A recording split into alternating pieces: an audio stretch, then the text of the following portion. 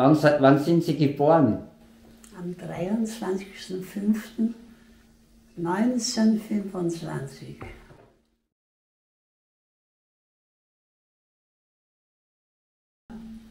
Denn wenn einer damals 1, 2 Pferde gehabt hat und mit denen den Acker Bewirtschaften können. dann war das ein Bauer, also in ihren Augen. Ein Landwirt, ja, der was... Wir haben ja alles mit den Kühen gemacht, mit den Kühen.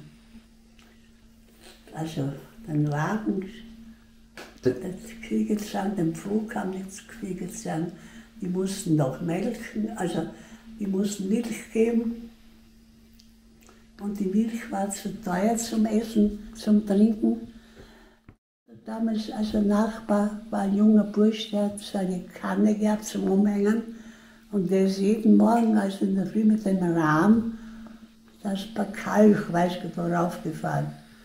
Wie viel das der bekommen hat, das weiß ich nicht. Weiß ich auch nicht. Heute finden Sie diesen jungen Mann nicht mehr, Nein. der das macht. Nein, heute wird das keiner tun mehr. Ja. Heuma zum Beispiel.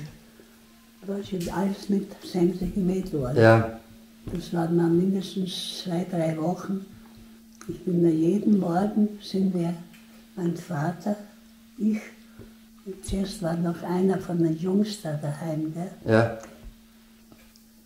Die Wiesen draußen gemäht, bis die Hitze unerträglich war. Dann haben wir im Acker gearbeitet, weil wir im Acker war.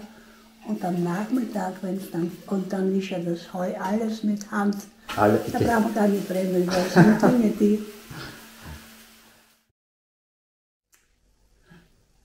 Wenn Sie denken, dass damals, wie ich jung war, jedes Haus das Gleiche und dann waren es ja meistens mehr Kinder. Mhm. Und dass diese paar Äcker, die man nur mit der Hand bearbeitet hat, die ganze Familie ernährt haben. Ja, Wahnsinn. Also da hat außer Salz und Zucker hat's nichts gegeben, was wir nicht selber erzeugt haben. Wahnsinn, ja. Das Fleisch, Milch, Hühner. Jede Mehlsorte, alles war da. Roggen, Weizen, Mais, Hirse, also alles. Das ist Wahnsinn, ja. Und das beneide ich Sie.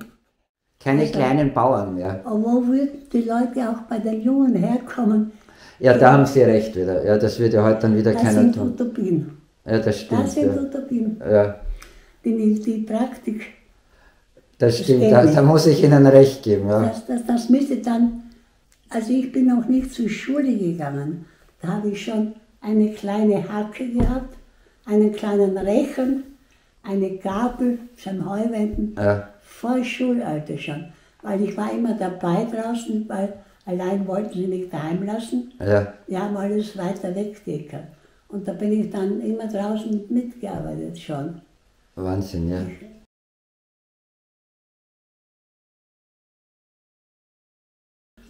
Ich war das einzige Kind, leider.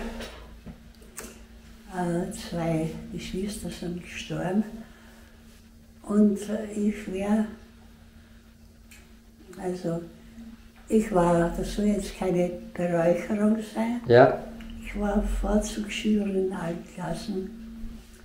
Und ich bin dann ja unter Hitler noch in die Schule gegangen und ich hätte also traumhafte Karriere. Also Matura oder so hat man nicht machen können damals, oder? Bei uns nicht einmal Hauptschule. 8 Jahre Volksschule, nur 8 Jahre Volksschule. Ich bin 8 Jahre, und das war nur der Anfang, nach Neuhaus gegangen und heimgekommen. Zur Schule? Alles zu Fuß. Zur Schule, im Winter auch, ja. Und da waren andere Winter als heute. Ja. Und ich kann mich nicht erinnern, dass einmal, weil heute werden sie dann, wenn der Schnellflug noch nicht gefahren ist, dann werden sie mit dem Privatauto zur Schule gefahren. Ja. Und damals war oft Schnellflug erst, Schnellflug hat es damals gar keine gegeben. Ja. Immer gestapft mit 6 Jahren schon. Meine Eltern sind kein einziges Mal mitgegangen deshalb. Und Sie sind von hier bis Neuhaus, das ist aber wo heute die Volksschule auch ist? Ja, sicher. Und wie lange geht man da bitte? im also Winter. wenn du zügig gehst, nicht ganz eine Stunde. Und das war normal, also 1 Stunde hin, dann Schule und dann wieder 1 Stunde nach Hause. Ja? Das war das sehr lustig. Ich habe das Haus gegeben, das hat sich hinausgezogen immer dann. Wir sind nämlich nicht einzeln gegangen, sondern so In Gruppen, ja. Es hat keine Hausschuhe gegeben, nur diese Lederschuhe und nur ein paar. Und bei diesen Schneetern war der Batsch nass. Und dann bist du in der Schule gesessen mit nasse Füße, nasse Socken, ja. Es hat unter anderem keine Taschentücher gegeben, aber dafür war die Weste immer ein Randtag. Also war man immer verkühlt oder hat man reingeschneit? Immer jeden Tag nach Neues gehst, im Winter wirst du einmal verkühlt. Ja, ist logisch, ja. Und gehustet hat die ganze Klasse.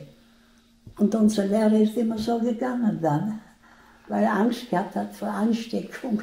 Verstehe. Und die Klasse, 3 Klassen mit zusammen, 1, 2, 3 war mit einem Raum. Das waren dann 50 Kinder in einer Klasse, oder? Mindestens, ich weiß nicht, aber mindestens. Gell.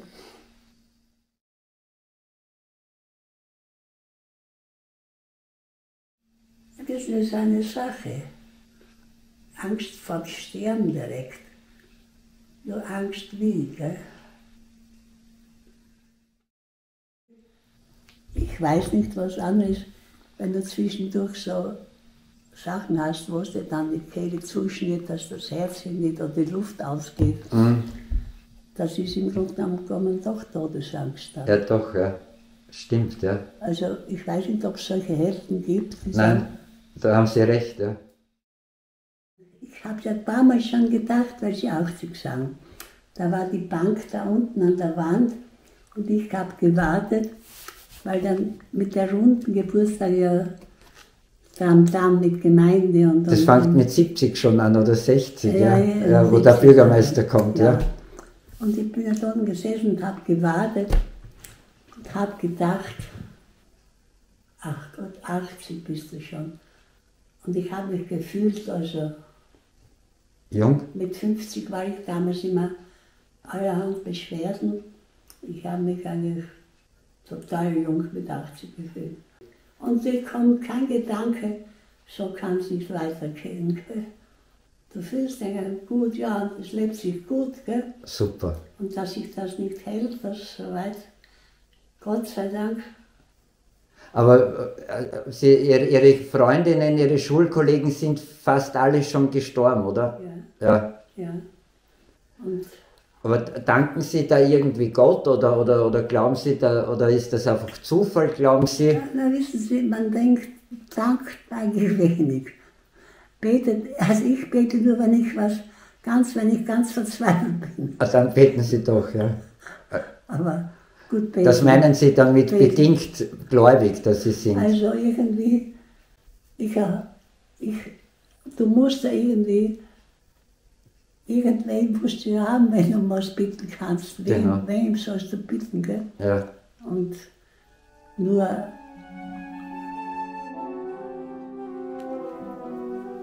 Immer ist irgendetwas...